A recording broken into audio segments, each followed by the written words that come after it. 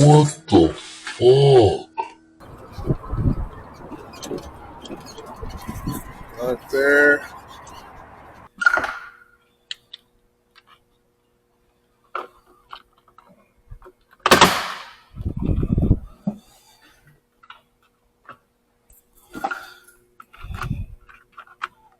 Auto cool 70.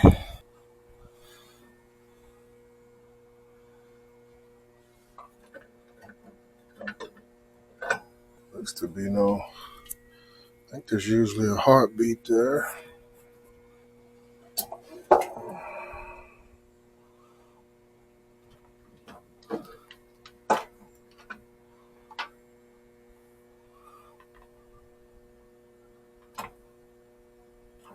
No. Hell. Shit, if I got 120 coming in. Sure. It's not very good. Is it?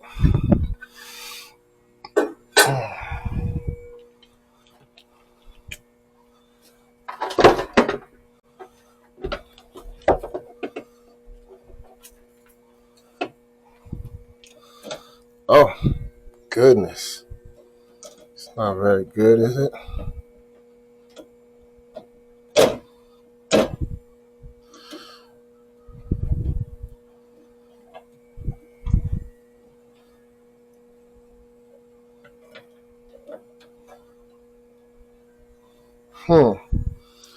It's like water got in that water. Wire nut.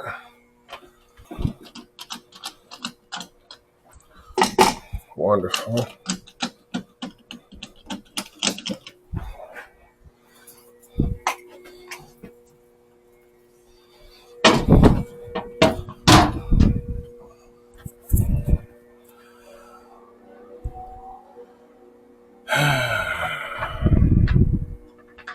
See if I still have.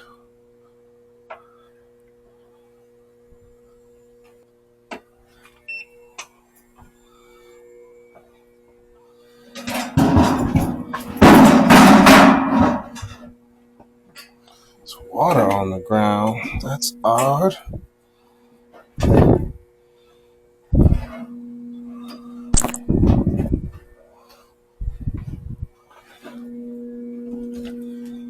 See what happens here.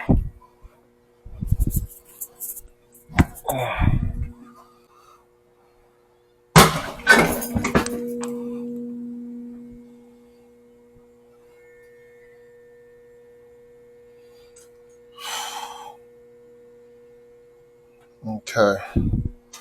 There is power. Messed up my meter lead.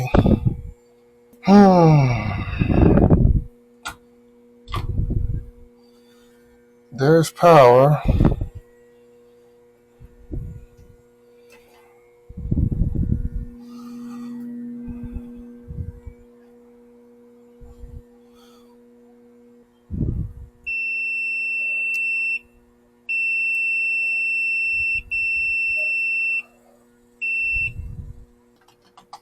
Ah, 14. 14 was tripped. Obvious charring going on. Catch a ground off the screw here. So the reason why I did it twice, See. which I caused another short here. The reason why I did it twice was because I thought that my meter lead had maybe touched the right side of the box and grounded because I didn't have the little extenders on the lead. So that's why I did it again.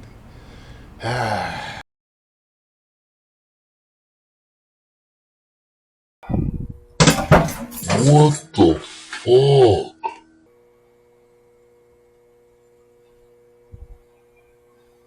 $14 off.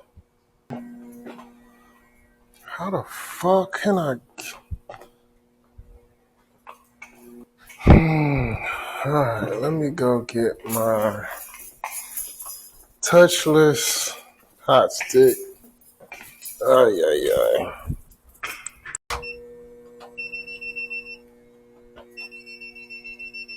Okay. It's coming in. Boom. Goes down. Twist around. Now, if I know I get to here, So now I'm at the point where I'm just testing my meter.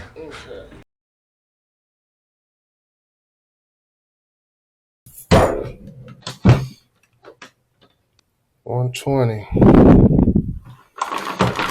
Okay, had to do that.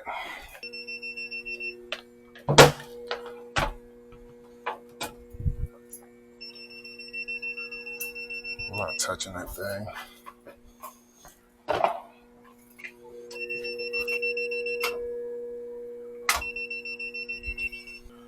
The transformer doesn't have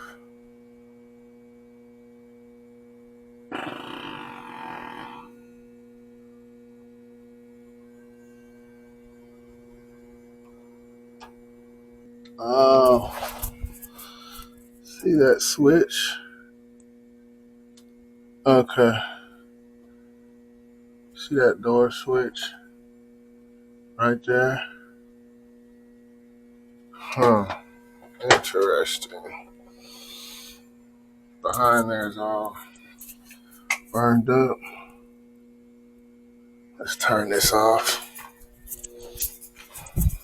Black wire should be getting power, and only one was getting power. Let's see.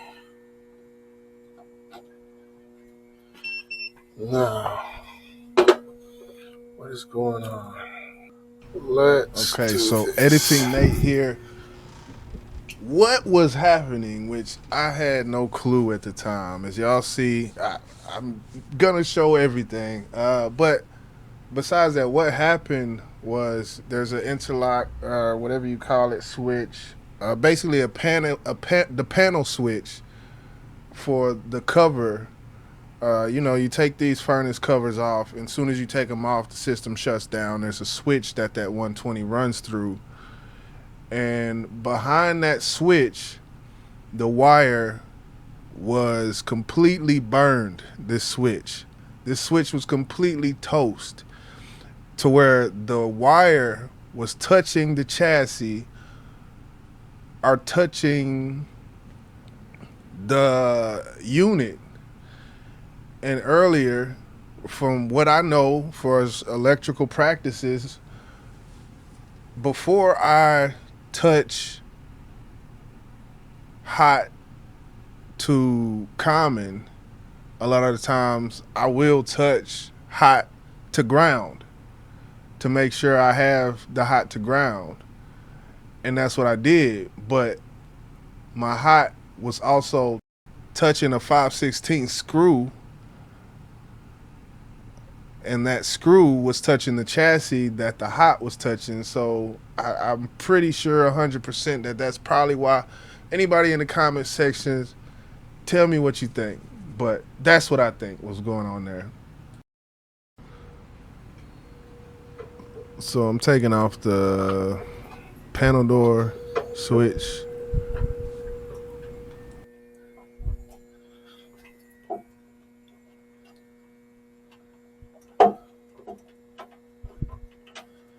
Take this off.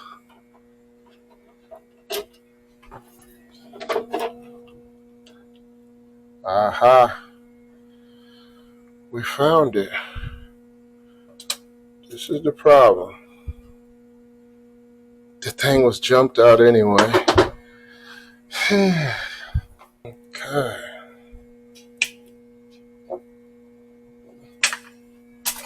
Let's see what we got. He's one of these crappy sons of bitches.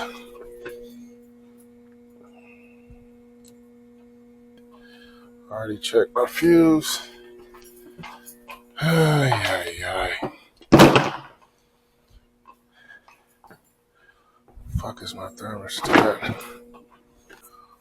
Where's my thermostat? Let's see what happens.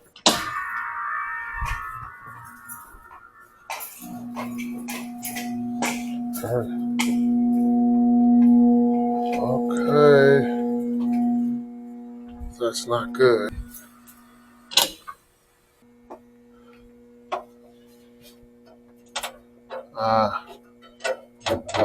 Yeah. Blower motor. Blower motor issue. I can't even move it. Let's see. Turn that one off. There's two blowers. Let me just make sure. And you know what? I think the other one doesn't run unless this one runs. Yeah.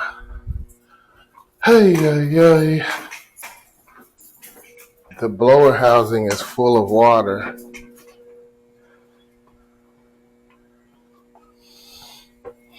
It's seized up.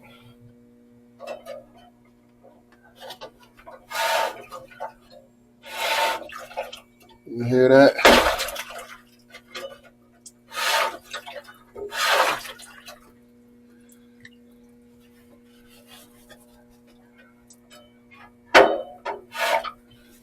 The motor itself is like bent down. Alright, let's see about getting this.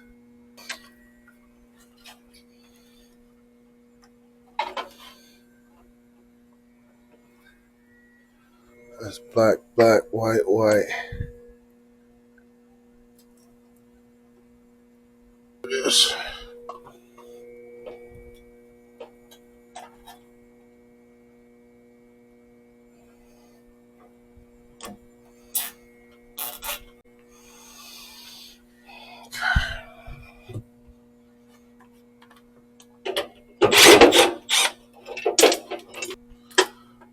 Slide on out.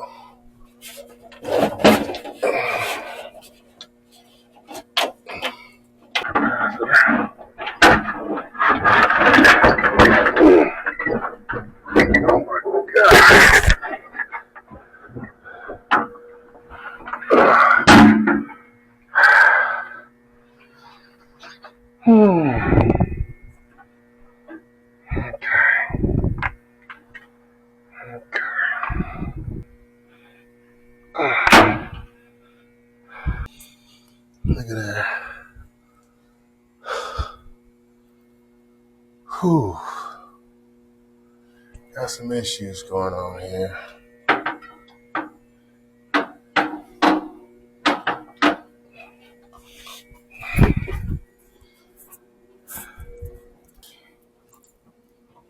Let me go dump this out.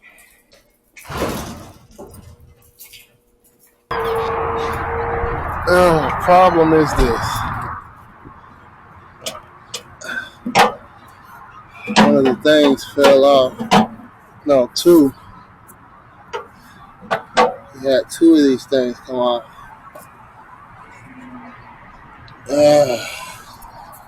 This broke off here, broke off there from this motor. I did hear the motor trying to move, but the weight of it was just seized up. So I think the motor's fine. This blower motor was, I think it was replaced maybe probably about 6 years ago. I remember a guy that used to work here replaced it.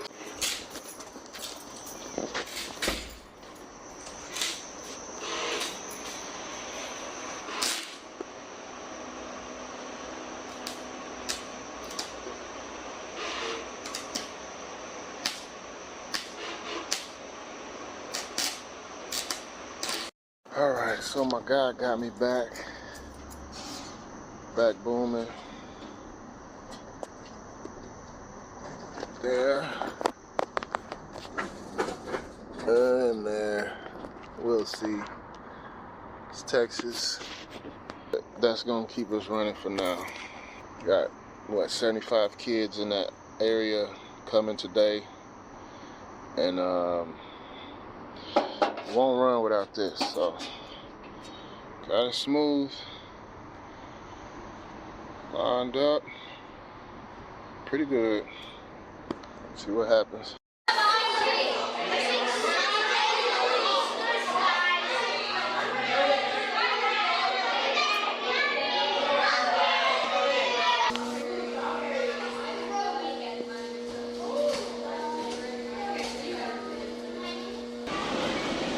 Got 120 volts here. You got water. Water and 120 volts don't mix, people.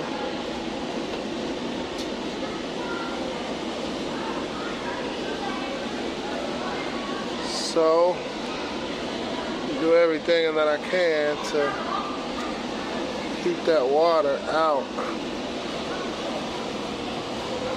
So kind of got tired of recording, I'm not gonna lie, but what I think was going on is the unit had Pookie all over it. I mean, every little seam of this thing had duct sealant on it. And I think that's wise because the unit, the pan inside under the evaporator coil was leaking, so they just sealed it to death, and the seals were all cracked up, and you could see where the water was coming out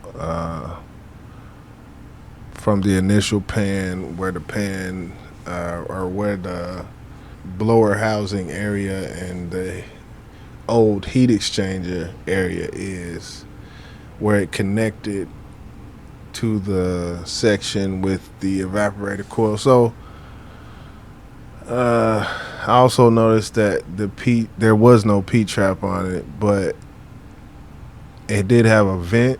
P-traps are for negative pressure from what I think. If there's positive pressure, then the P-trap's not necessary, but the vent is.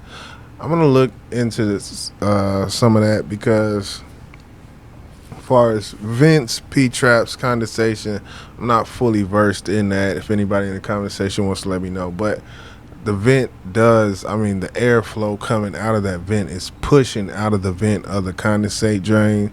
So I don't think I need a P-trap, but correct me if I'm wrong. I'm definitely going to look into it. So, yeah, I mean, at the end of the day, I'm probably just going to end up sealing this thing up so that no water can get on that board or into any electronic area. So this is basically why the chassis of that furnace was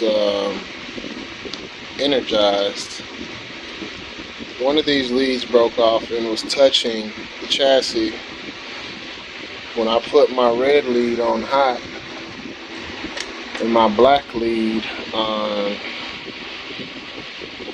5/16 to chassis, I just created a short. Y'all tell me if that's what happened, because I was mind blown when that happened. So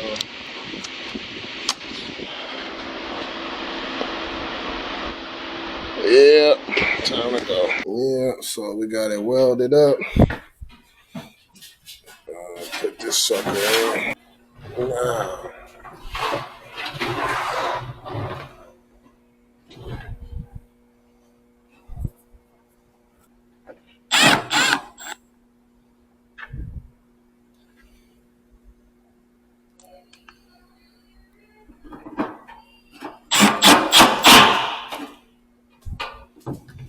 ground wire.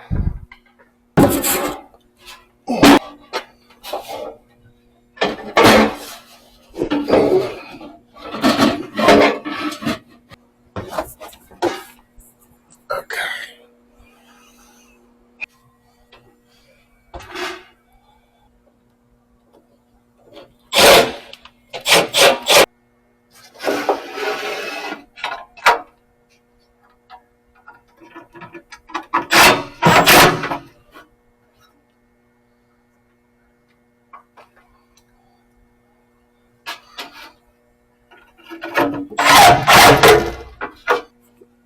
Motor's grounded. Let's see what happens.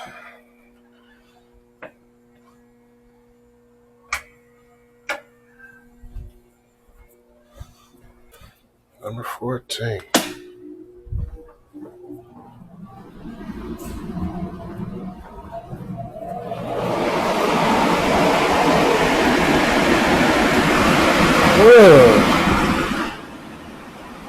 little vibration, little to none at all. So,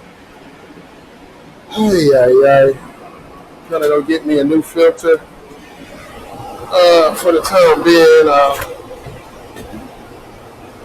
for the time being, it's gonna be filterless.